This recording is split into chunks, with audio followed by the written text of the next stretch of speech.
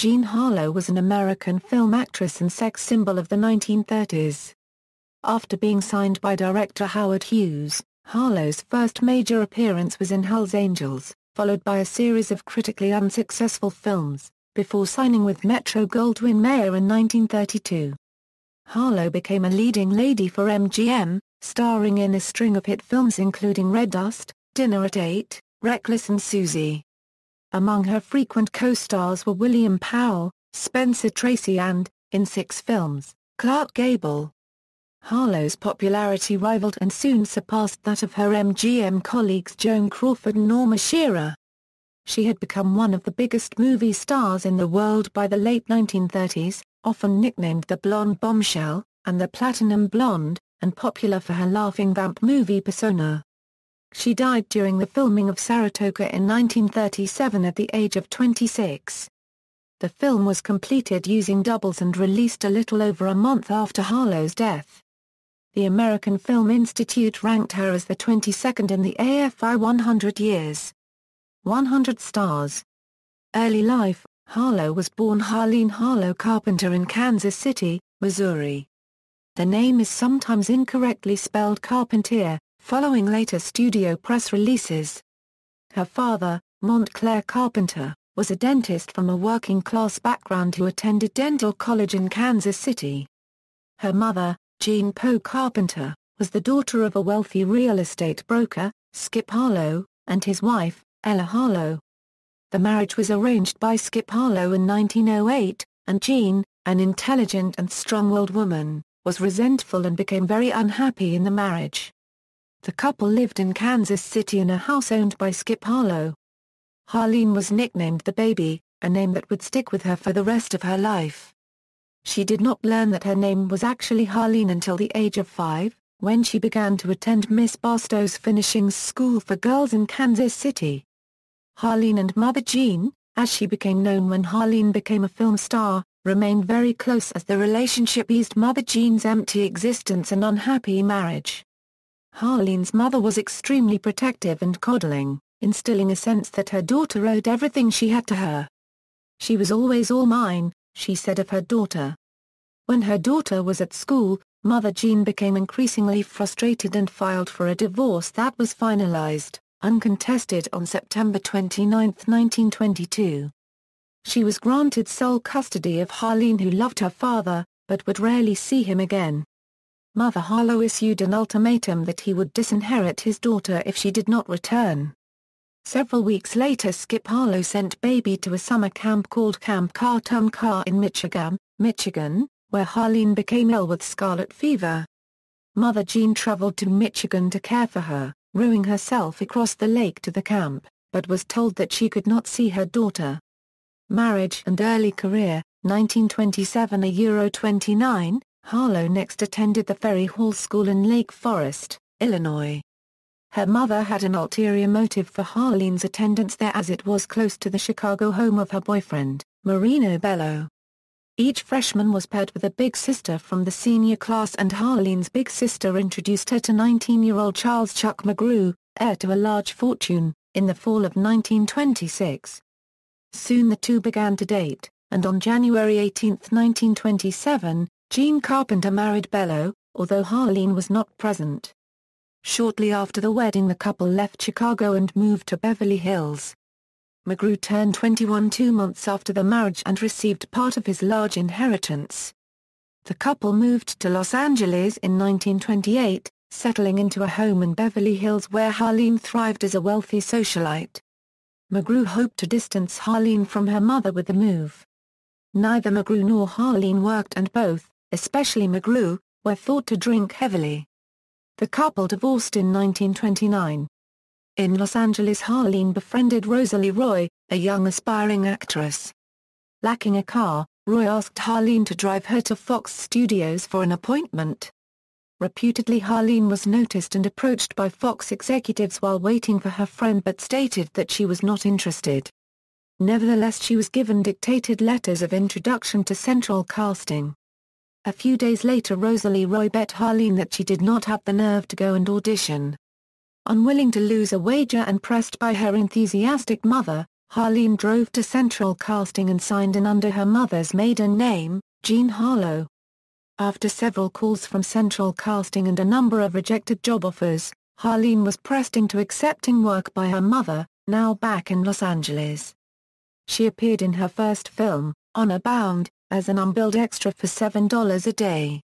This led to small parts in feature films such as Moran of the Marines, This Thing Called Love, Close Harmony, and The Love Parade among others. In December 1928, she signed a 5-year contract with Hal Roach Studios for $100 per week. She had a co-starring role in Laurel and Hardy's short double Whoopee in 1929, and went on to appear in 2 more of their films, Liberty and Bacon Grabbers. In March 1929, however, she parted with Roach, who tore up her contract after Harlow told him, "It's breaking up my marriage, what can I do?" In June 1929, Harlow separated from her husband and moved in with her mother and Bello. After her separation from McGrew, Harlow worked as an extra in several movies. She landed her first speaking role in 1929's The Saturday Night Kid, starring Clara Bow.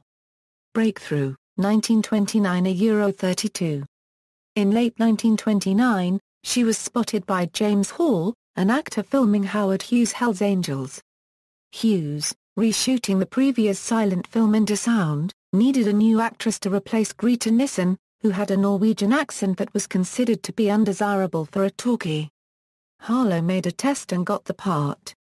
Hughes signed Harlow to a 5-year, $100 per week contract on October 24, 1929. Hell's Angels premiered in Hollywood on May 27, 1930 at Grauman's Chinese Theatre, becoming the second highest-grossing film of 1930. The movie made Harlow an international star, but though she was popular with audiences, critics were less than enthusiastic. The New Yorker called her performance plain awful, though Variety magazine conceded, "It doesn't matter what degree of talent she possesses. Nobody ever starved possessing what she's got." During the shooting, Harlow met MGM executive Paul Byrne. She was again an uncredited extra in the 1931 Charlie Chaplin film City Lights. With no projects planned for Harlow, Hughes sent her to New York, Seattle and Kansas City for Hell's Angels premieres. In 1931, loaned out by Hughes' Caddo Company to other studios, she gained more attention when she appeared in The Secret Six, with Wallace Beery and Clark Gable, Iron Man, with Lou Ayres and Robert Armstrong, and The Public Enemy, with James Cunny. Though the successes of the films ranged from moderate to hit, Harlow's acting was mocked by critics. Concerned, Hughes sent her on a brief publicity tour which was not a success as Harlow dreaded such personal appearances. Harlow was next cast in Platinum Blonde with Loretta Young. The film, originally titled Gallagher, was renamed by Hughes to promote Harlow, capitalizing on her hair color, called Platinum by Hughes publicists. Though Harlow denied her hair was dyed, the platinum blonde color was reportedly achieved by bleaching with a weekly application of ammonia, Clorox bleach and Lux soap flakes. This process weakened and damaged Harlow's naturally ash blonde hair. Many female fans began dyeing their hair to match hers. Howard Hughes' team organized a series of platinum blonde clubs across the nation, with a prize of $10,000 to any beautician who could match Harlow's shade. Harlow next filmed Three Wise Girls with Mae Clarke and Walter Byron. Paul Byrne then arranged to borrow her for The Beast of the City that co-starred Walter Houston. After filming, Byrne booked a 10-week personal appearance tour on the East Coast. To the surprise of many, especially Harlow herself, she packed every theater in which she appeared, often appearing in a single venue for several nights. Despite critical disparagement and poor roles, Harlow's popularity and following was large and growing and, in February 1932, the tour was extended by 6 weeks. According to Fay Wray, who played Ann Darrow in King Kong, Harlow was the original choice to play the screaming blonde heroine. Because MGM put Harlow under exclusive contract during the pre-production phase of the film, she became unavailable for Kong, and the part went to the brunette Ray, wearing a blonde wig. MGM Stardom, 1932 €37. Paul Byrne, by now romantically involved with Harlow, spoke to Louis B. Mayer about buying out her contract with Hughes and signing her to Metro-Goldwyn-Mayer, but Mayer declined. MGM's leading ladies were presented as elegant, while Harlow's floozy screen persona was abhorrent to Mayer. Byrne then began urging close friend Irving Thalberg, production head of MGM, to sign Harlow, noting her popularity and established image. After initial reluctance, Thalberg agreed and, on March 3, 1932, Harlow's 21st birthday, Byrne called her with the news that MGM had purchased her contract from Hughes for $30,000. Harlow officially joined the studio on April 20, 1932. At MGM, Harlow was given superior movie roles to show off her looks and nascent comedic talent. Though Harlow's screen persona changed dramatically during her career, one constant was her apparent sense of humor. In 1932, she starred in the comedy Red-Headed Woman, for which she received $1,250 a week. The film is often noted as being one of the few films Harlow did not appear in with platinum blonde hair. She wore a red wig for the role. She next starred in Red Dust, her second film with Clark Gable. Harlow and Gable worked well together and co-starred in a total of 6 films. She was also paired multiple times with Spencer Tracy and William Powell. She was later paired with up-and-coming male co-stars such as Robert Taylor and Franchot Tone in an effort to boost their careers. At this point MGM began trying to distinguish Harlow's public persona from that of her screen characters, changing her childhood surname from Common Carpenter to She Carpentier, claiming that writer Edgar Allan Poe was one of her ancestors and publishing photographs of Harlow doing charity work to change her image from that of a tramp to an all-American girl. This transformation proved difficult, once Harlow was heard muttering, "My God, must I always wear a low-cut dress to be important?" During the making of Red Dust, Byrne was found shot dead at their home, creating a lasting scandal. Initially there was speculation that Harlow had killed Byrne, but Byrne's death was officially ruled as suicide. Harlow kept silent, survived the ordeal, and became more popular than ever. A comprehensive review of the facts surrounding Byrne's death by E.J. Fleming published in 2009 makes a convincing case that Byrne was, in fact, murdered by a former lover and the crime scene rearranged by MGM executives to make it appear Byrne had killed himself.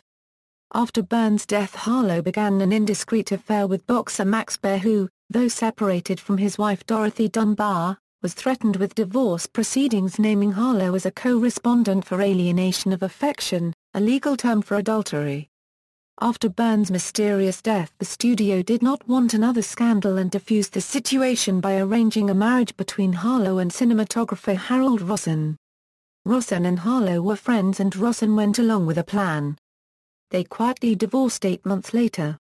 By 1933, MGM realized the value of the Harlow-Clark Gable team and paired them again in Hold Your Man, which was also a box office success. The same year she played the lonely wife of Wallace Beery in the All-Star Dinner at 8, and played a pressured Hollywood film star in Bombshell with Lee Tracy. The film has often been cited as being based on Harlow's own life or that of 1920s it girl, Clara Bow. The following year, she was teamed with Lionel Barrymore and Franchot Tone in The Girl from Missouri. The film was MGM's attempt to present Harlow as a more elegant and classy film actress, like that of other female stars at MGM at the time. While the movie drew unfavorable reviews, it was a large box office success upon release. Due to the financial success of Red Dust and Hold Your Man, MGM cast Harlow with Clark Gable in 2 more films, China Seas, with Wallace Beery and Rosalind Russell, and Wife vs. Secretary, with Minna Loy and James Stewart. James Stewart later spoke of a scene in a car with Harlow in Wife vs. Secretary, saying, "Clarence Brown, the director, wasn't too pleased by the way I did the smooching. He made us repeat the scene about half a dozen times. I botched it up on purpose." That Jean Harlow Shaw was a good kisser. I realized that until then I had never been really kissed. From 1933 to 1935, Harlow was consistently listed in the top 10 money-making stars poll of the Motion Picture Herald. She ranked 4th at the box office in 1933, which at the time was higher than fellow MGM actresses. Greta Garbo ranked 7th, Norma Shearer ranked 9th, and Joan Crawford ranked 10th. She ranked 7th in 1934 and 6th in 1935. In 1935, she appeared in Reckless with William Powell and Franchot Tone. It was her first musical film, and while her character sings in the movie, Harlow's voice for the performance was dubbed with skilled vocalist Virginia Verrill. By the mid-1930s, Harlow was one of the biggest stars in the United States and, it was hoped, MGM's next Greta Garbo. Still young, her star continued to rise while the popularity of other female stars at MGM, such as Joan Crawford and Norma Shearer, waned. Harlow's movies continued to make huge profits at the box office even during the middle of the Depression. Some credit them with keeping MGM profitable at a time when other studios were falling into bankruptcy. After her third marriage ended in 1934, Harlow met William Powell, another MGM star, and quickly fell in love. The couple were reportedly engaged for 2 years, but differences kept them from formalizing their relationship. Harlow also said that Louis B. Mayer would never allow them to marry. In 1936, she played the title role in Suzy, which again co-starred Franchot Tone and a young Cary Grant. While critics noted that Harlow dominated the film, they added that it was not one of her best performances. The film was the first of her films in years to lose money at the box office. She later starred in Riff Raff with Spencer Tracy and Una Merkel, and Libeled Lady, top billed over William Powell, Minna Loy, and Tracy. In late 1936, she filmed W. S. Van Dyke's comedy Personal Property, co-starring Robert Taylor. It would prove to be Harlow's final fully completed motion picture appearance. After filming ended, Harlow and the cast of Personal Property traveled to Washington, D.C., where they attended several parties to celebrate President Franklin D. Roosevelt's 55th birthday. The trip was physically taxing on Harlow and she contracted influenza. She recovered in time to attend the Academy Awards ceremony with Powell. Death: Jean suffered from scarlet fever at the age 15 in 1926. This may have contributed to her untimely death from kidney disease on June 7, 1937 at the age of 26. Production for Harlow's final film Saratoga, co-starring Clark Gable, was scheduled to begin filming in March 1937. However, production was delayed when she developed septicemia after a wisdom tooth extraction and had to be hospitalized. After she recovered, shooting began on April 22. On May 20, 1937, while shooting Saratoga, Harlow began to complain of illness. Her symptoms are fatigue, nausea, water weight and abdominal pain did not seem very serious to her doctor, who believed she was suffering from cholecystitis and influenza. However, he was apparently unaware that Harlow had been ill during the previous year with a severe sunburn and influenza. Her friend and co-star Minna Loy noticed Harlow's unregistered trademark grey complexion, fatigue and weight gain.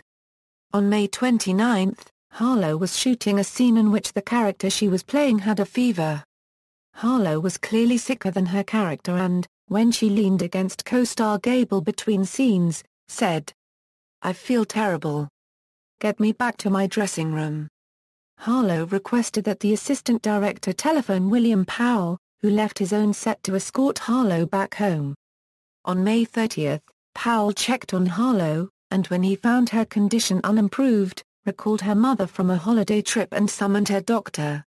Harlow's illnesses had delayed 3 previous films, so there was no great concern initially. On June 2, it was announced that Harlow was suffering from influenza. Dr. Ernest Fishbaugh, who had been called to Harlow's home to treat her, diagnosed her with an inflamed gallbladder. Harlow felt better on June 3 and co-workers expected her back on the set by Monday, June 7. Press reports were contradictory, with headlines like Jean Harlow seriously ill, and Harlow past illness crisis. Clark Gable, who visited her during these days, later said that she was severely bloated and that he smelled urine on her breath when he kissed her, both signs of kidney failure. Dr. Leland Chapman, a colleague of Fishbaugh's called in to give a second opinion, recognized that she was not suffering from an inflamed gallbladder but was in the end stages of kidney failure. On June 6, Harlow said that she could not see Powell properly and could not tell how many fingers he was holding up. That evening Harlow was taken to Good Samaritan Hospital in Los Angeles, where she slipped into a coma. Your next day at 11:37 a.m.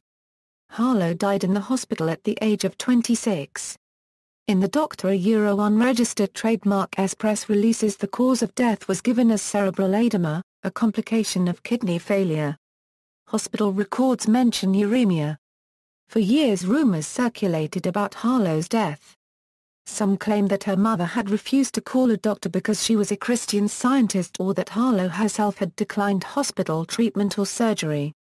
There were also rumors that Harlow had died because of alcoholism, a botched abortion, over-dieting, sunstroke, poisoning due to platinum hair dye, or various venereal diseases.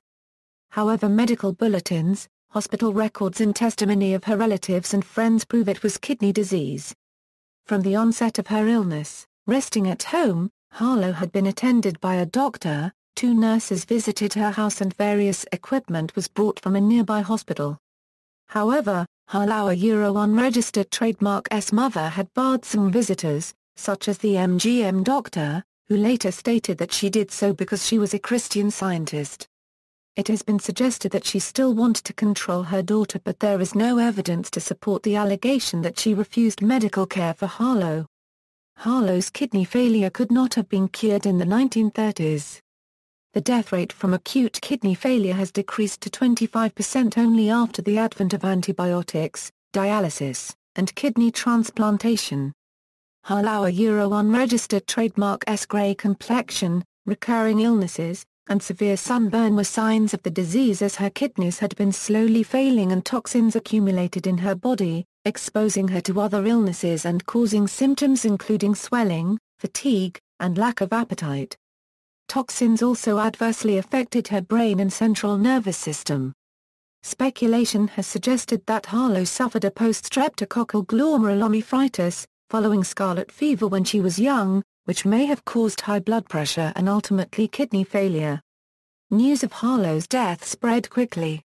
Spencer Tracy wrote in his diary, "Jean Harlow died today." Grant Gall, one of the MGM writers, later said, "The day baby died there wasn't one sound in the commissary for 3 hours."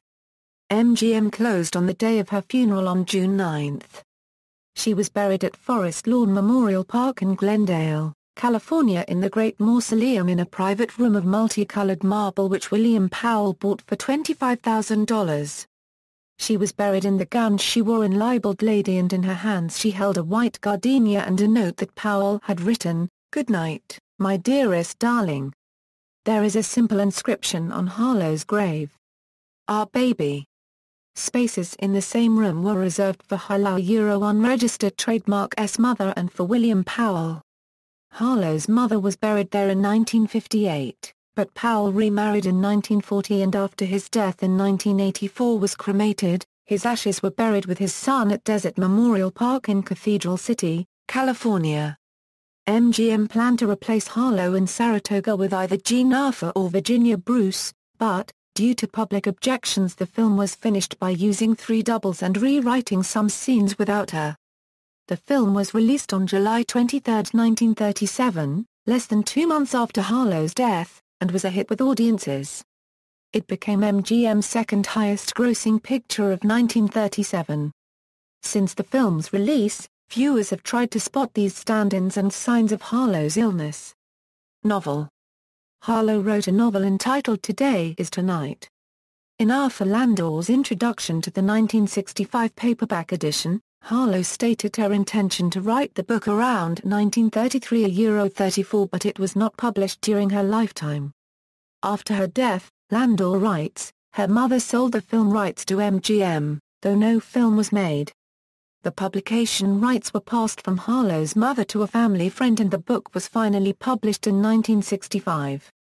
Film Portrayals. In 1965, 2 films about Jean Harlow were released, both called Harlow. The first film was released by Magna in May 1965 and stars Carol Linley. The second was released in June 1965 by Paramount Pictures and stars Carol Baker. Both were poorly received and did not perform well at the box office. In 1978, Lindsay Bloom portrayed her in Hughes and Harlow, Angels in Hell. In 2004, Gwen Stefani briefly appeared as Harlow in Martin Scorsese's Howard Hughes biopic The Aviator. In August 1993, Sharon Stone hosted a documentary about Harlow entitled Harlow, The Blonde Bombshell, which aired on Turner Classic Movies. Filmography. References, Notes. Bibliography. Further reading, Pascal, John. The Jean Harlow Story. Popular Library 1964. Vieira, Mark A. Darrell, Rooney. Harlow in Hollywood, The Blonde Bombshell in the Glamour Capital, 1928–1937. Angel City Press. 2011. External links, official website, John Harlow at the Internet Movie Database, John Harlow at AllMovie, Jean Harlow at the TCM Movie Database, John Harlow at Find a Grave, Jean Harlow at Franklin D. Roosevelt's 55th birthday party, 1937 on YouTube, Photographs and Literature.